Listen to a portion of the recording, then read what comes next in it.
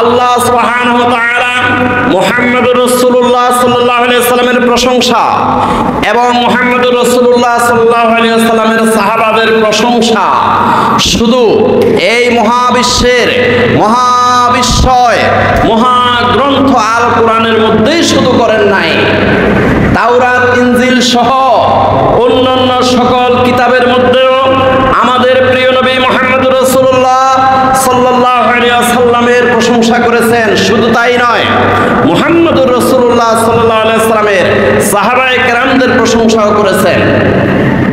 আল্লাহ রাব্বুল আলামিন বলেন, মুহাম্মাদুর রাসূলুল্লাহ ওয়াল্লাযীনা মা'আহু আশিদ্দাউ আলাল কুফফার রুহামাউ বাইনাহুম তারাহুম রুকআন সুজদান ইয়াবতাগুনা ফাদলাম মিনাল্লাহি ওয়া রিদওয়ানা সীমাহুম ফি বুজুহিহিম মিন আসারিস সুজুদ যালিকা মাসালুহুম ফিত তাওরাতি ওয়া মাসালুহুম ফিল ইনজিল। সূরা ফাতিহা আয়াত নম্বর 29। আল্লাহ রাব্বুল আলামিন বলেন, মুহাম্মাদুর রাসূলুল্লাহ ওয়াল্লাযীনা মা'আহু, মুহাম্মদ সাল্লাল্লাহু আলাইহি ওয়াসাল্লাম এবং ওনার সাহাবায়ে কেরামরা কেমন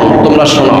মুহাম্মদুর রাসূলুল্লাহ ওয়াল্লাযীনা মা'আহু আশিদ্দাউ আলাল কুফফার, মুহাম্মদুর রাসূলুল্লাহ সাল্লাল্লাহু আলাইহি ওয়াসাল্লাম এবং ওনার সাহাবায়ে কেরাম আশিদ্দাউ আলাল কুফফার, কাফের মুশরিকদের বিরুদ্ধে ছিল বজ্রকঠোর। সাহাবায়ে কেরাম কাফের মুশরিকদের সাথে কখনো আতাত করে নাই। সাহাবায়ে কেরাম কাফের মুশরিকদেরকে কখনো ছাড় দেয় নাই।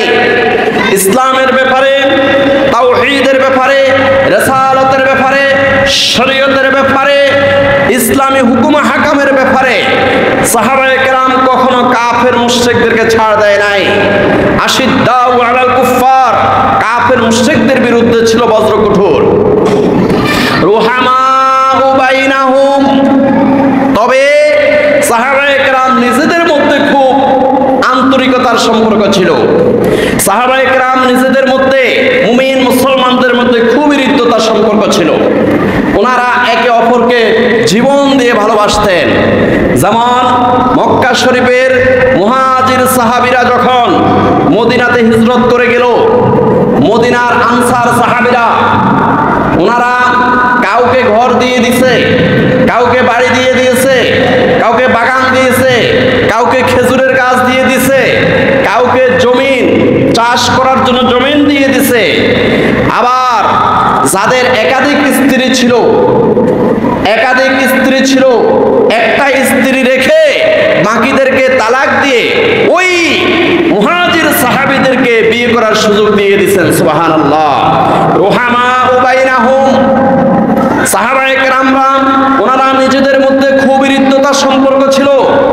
তারাহুম রুকআন সুজদান ইয়াবতাগুনা ফাদলাম মিনাল্লাহি ওয়া রিদওয়ানা, সাহাবায়ে কেরামদের দিকে যদি আপনি তাকান হয়তো তাদেরকে রুকু অবস্থায় দেখবেন, রুকআন হয়তো তাদেরকে রুকু অবস্থা দেখবেন, সুজদান সাহাবায়ে কেরামদের দিকে যদি আপনি তাকান হয়তো তাদেরকে সিজদা অবস্থায় দেখবেন। ইয়াবতাগুনা ফাদলাম মিনাল্লাহি ওয়া রিদওয়ানা, অথবা তাদেরকে দেখবেন তারা আল্লাহর কাছে দোয়া করতেছে।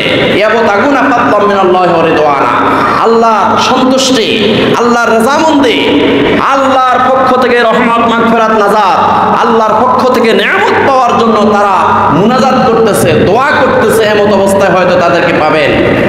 সীমাহুম ফি বুজুহিহিম মিন আসারিস সুজুদ, আর তাদের চেহারার মধ্যে দেখবেন সিজদার দাগ, সিজদার দাগ তাদের চেহারার মধ্যে দেখবেন।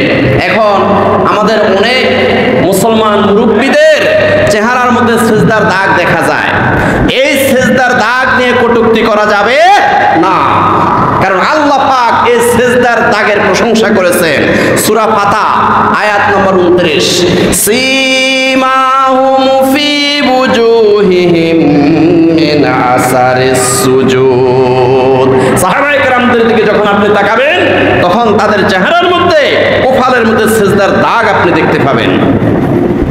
যালিকা মাসালুহুম ফিত তাওরাতি ওয়া মাসালুহুম ফিল ইনজিল। এই সাহাবায়ে কেরামদের প্রশংসা শুধু এই আল কোরআনের মধ্যেই শুধু বর্ণিত হয় নাই। যালিকা মাসালুহুম ফিত তাওরাত ওয়া মাসালুহুম ফিল ইনজিল। তাওরাত ইনজিল সহ অন্যান্য কিতাবের মধ্যেও মুহাম্মদুর রাসূলুল্লাহ সাল্লাল্লাহু আলাইহি সাল্লাম এবং মুহাম্মদুর রাসূলুল্লাহ সাল্লাল্লাহু আলাইহি সাল্লামের সাহাবায়ে কেরামদের প্রশংসা করা হয়েছিল।